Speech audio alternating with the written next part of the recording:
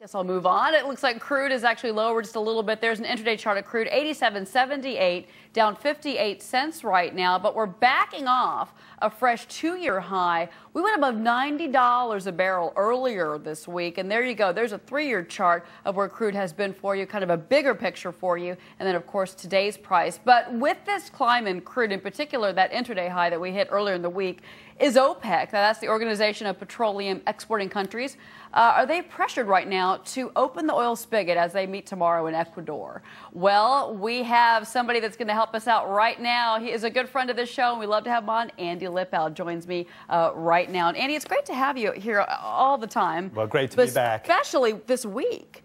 Surprising to see in the winter months crude jumping ahead like it did above 90. Well, a lot of people don't realize that during the winter is when world oil demand is at its peak. And consequently, right now, we're seeing a lot of good heating oil demand, not only here in the U.S., but in Europe, where it's been very cold, as well as in Asia, where China has become a diesel importer. All right, so OPEC's meeting tomorrow. They're meeting in Ecuador. Do you think that the ministers are going to look to raise production? Do you think? Because I've heard one of the Saudi ministers had said in the past that 90 was kind of their threshold. 70 to 90 we're comfortable with.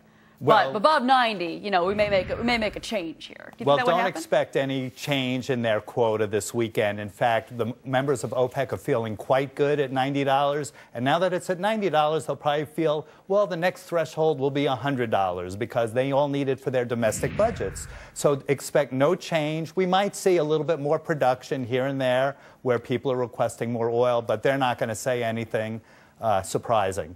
In fact, away from the meetings, I've heard rumblings that OPEC feels that they want to see improvements in the oil fundamentals before they turn or increase the spigot. So I actually think they've already indicated that they will sit on the sidelines. So if prices drive up or driven up because of speculators, I could see $100 oil because I think OPEC's going to leave things unchanged at this moment. Well, I agree with you because OPEC prefers not to act and wait to see things. But the fact is that world oil demand is growing. And 2010 is going to be a record year for oil demand, and that's going to continue into 2011. And James is bringing up the issue of speculation. If you look at hedge funds in particular, they're making their profits and their bonuses, the managers are anyway, at the end of the year. Oil, once again, could become a commodity to speculate in. It's very possible. Well, there's no doubt about it, and we've seen a lot of speculators, hedgers in it over the last couple of months, and they have really driven the price up a little bit from $85 up to $90. So we do know that they're in it. I wonder what this could do to the economy, because, you know, national average of gas going higher above $3. I wonder what that could do to the economy. It's not like we're having a strong recovery right now. Well, as the consumer has to pay more for gasoline and home heating oil, I mean, their budget is going to be stretched. It takes discretionary money out of their pocket that they might use for buying things or going out to eat, and that's where we do see the effect.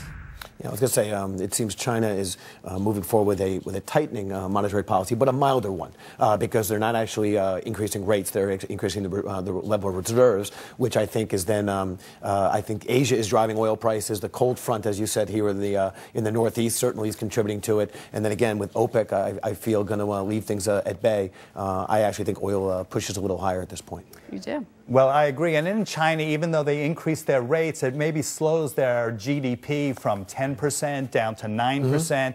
And we see hardly an effect in their oil demand. And I'm expecting oil prices next year to hit $100. What about inventories, Andy? Because inventories have actually, I mean, it's one of the things that surprised me about seeing crude tick above 90 earlier in the week is that it seemed that we had plenty of supply.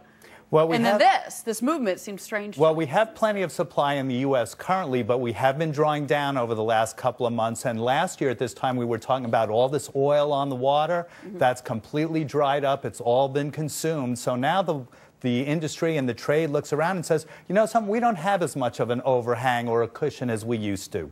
And you know, you bring up the Gulf. You're based in Houston, obviously. You had a bird's eye view of what happened with the BP oil spill earlier this year. There has been a lot of movement with the drilling industry out of there. Do you think that we're still waiting to see the long-term effects of the offshore drilling?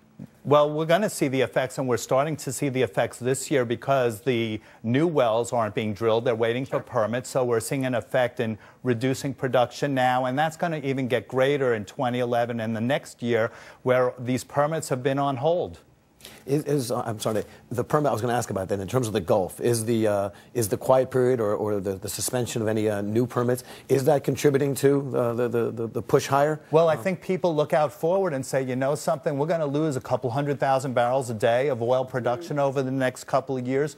We're now seeing rigs move out of the U.S. Gulf to South America, over to off of Africa and down into Brazil. So we're not only losing production, we're losing some amount of jobs. Andy Lippow and Associates. Great to see you. Great to be here. Yeah, Thanks well, again. sorry I couldn't warm it up for you in New York. Back in Houston, a little warmer right now. Exactly. Right. Good time to be in the South. Certainly. Thank you, Andy. Have a great holiday. Thanks.